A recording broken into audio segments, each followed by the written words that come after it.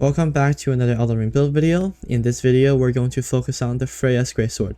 Now with this weapon, it will boost the damage of all redmane skills, which are skills like Lion's Claw, Savage Lion's Claw, Flaming Strike, and Flame of the Redmanes. To get Freyja's Greatsword, you need to complete Freyja's questline. Make sure you do this before burning the Sealing Tree. After you burn the tree, progress the final area until you fight Needle Knight Leda and her allies.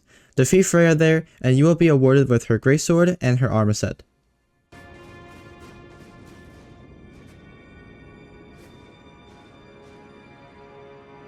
The main weapon for this build is actually not the Freyja's Greatsword, but rather the Giant's Crusher, which is one of the best weapons you can put Savage Lion's Claw on.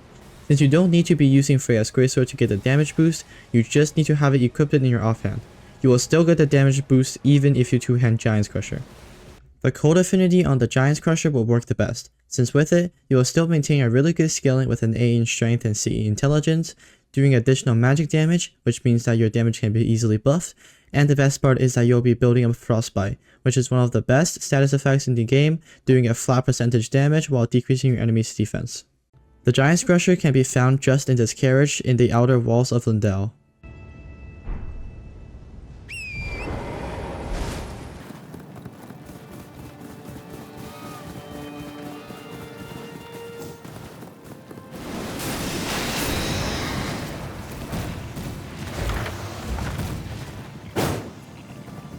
The choice of Ash of War for this build is going to be the Savage Lion's Claw. Now this is definitely one of the best Ashes of Wars in the entire game because it does really good physical damage and allows you to proc status effects easily since it will hit 3 times very quickly.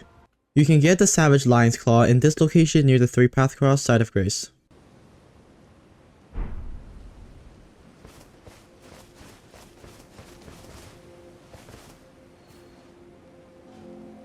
Now moving on to armor sets, you can really just use anything. I suggest using something that gives you at least 51 poise and have a solid damage negation since you'll be sometimes trading into enemies. However, if you're someone who wants to maximize damage, you can always go with the Rakshasa set for the damage increase. Now moving on to Talismans, the first one is going to be the Shard of Alexander. This will boost the damage of Savage Lion's Claw, which is going to be really good in our case because we will be using it a lot. Now since our weapon is doing magic damage due to the cold affinity, we're going to use the magic scorpion charm for our second talisman slot. This is going to be very useful because it will boost all magic damage. Our third talisman is going to be the two-headed turtle talisman. This will massively increase our stamina recovery speed, which is very helpful since the Savage Lion's Claw use up a lot of stamina. Our last talisman is going to be the Dragon Crest Great Shield. This will greatly increase our physical damage negation.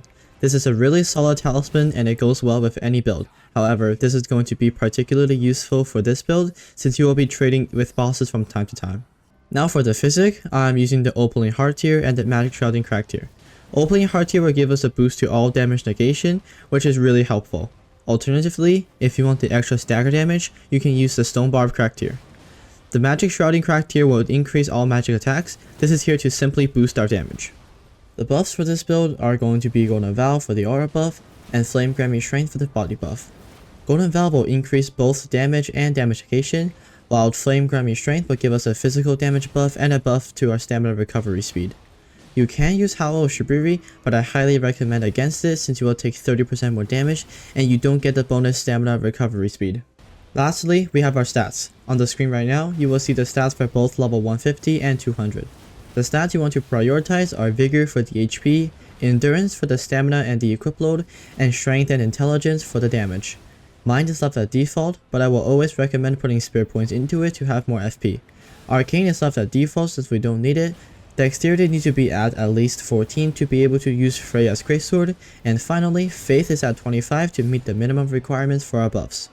If you're having trouble with achieving medium roll, I recommend to either use lighter armor or to replace one of the talismans with either the Erdtree's Favor +2 or the Great Jar's Arsenal. Now that is going to be it for the video. If you find this video helpful, make sure you like the video and subscribe to the channel for more Elden Ring build videos in the future.